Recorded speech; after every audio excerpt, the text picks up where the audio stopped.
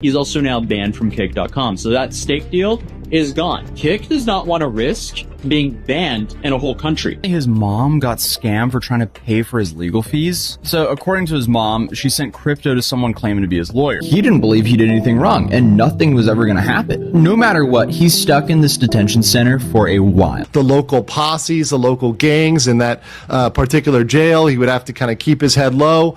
And that's something he probably was mindful of. Will not be deported yet, so he can face the consequences of his actions under Philippine law. Just days after he was arrested on April 3 and said to have been awaiting deportation proceedings. Vitaly Dorovetski has officially hit rock bottom.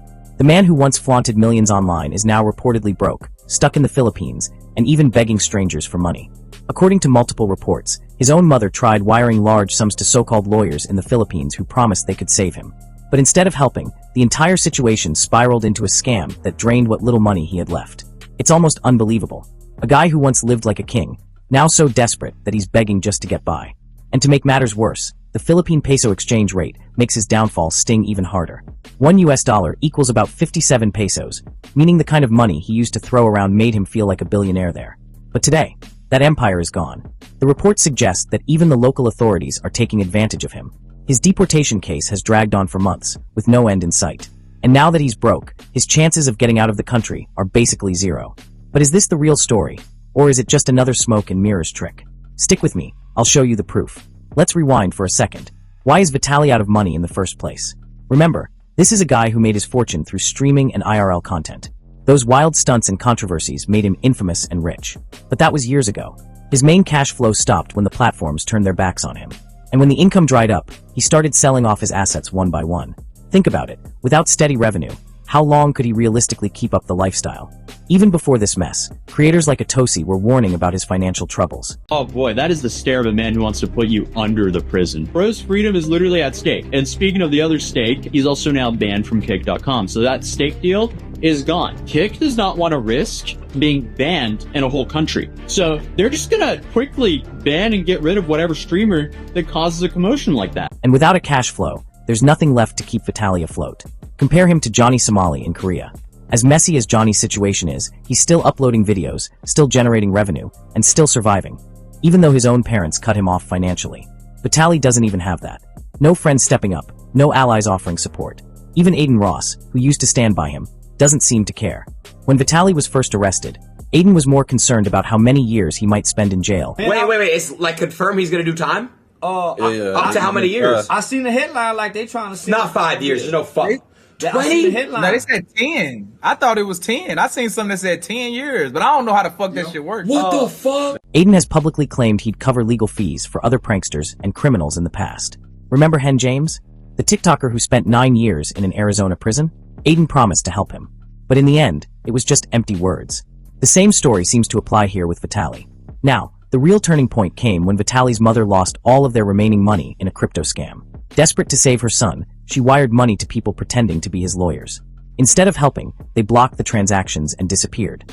She even posted a crying video online, showing just how broken the family was over the situation.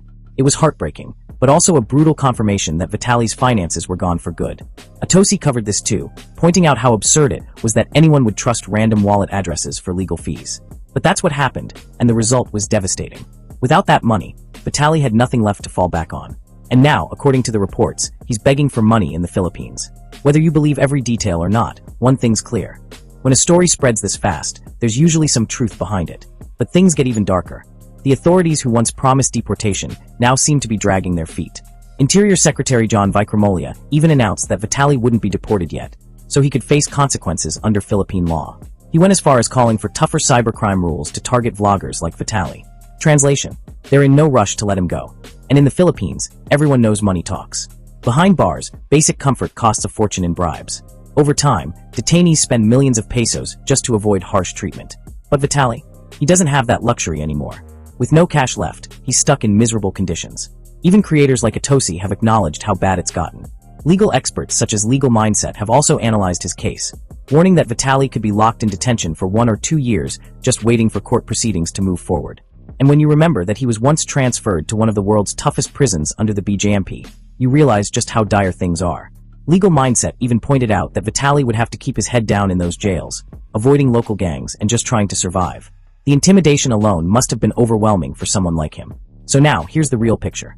We used to think Vitaly wasn't deported because the US and Russia refused to take him. Interior and Local Government Secretary John Vikramulya says that Russian vlogger Vitaly Dorovetski will not be deported yet, so he can face the consequences of his actions under Philippine law. Just days after he was arrested on April 3 and said to have been awaiting deportation proceedings. May dumating dito na isang Ruso na Amerikano na hinahamak ang ating pagkatao bilang Pilipino. He also urges lawmakers to modify the cyber libel law to stop vloggers, both local and foreign, from making disruptive content in the country.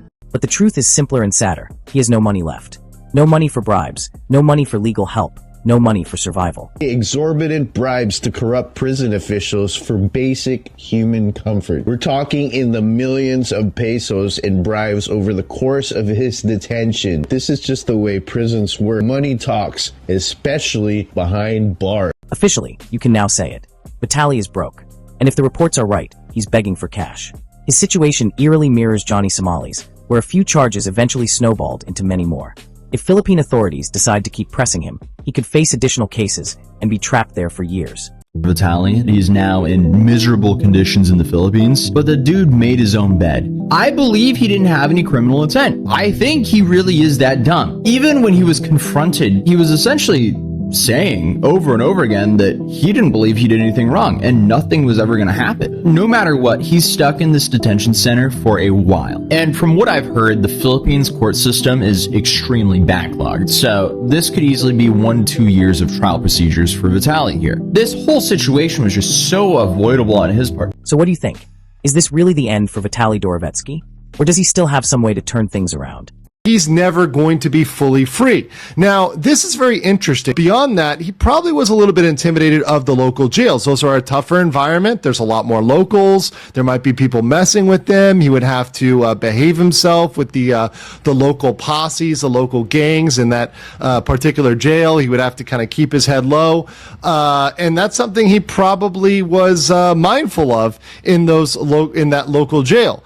So now he's back in the BI. And mind you, the local jail he was transferred to was one of the world's toughest prisons. So if you've seen the World Toughest Prisons show, the one that he was transferred to under the BJMP was an extremely harsh prison. This was one that was one of the toughest in the world. He'd been slipping me information here and there. I think about a year and a half is about accurate for Vitaly. Let me know your thoughts in the comments.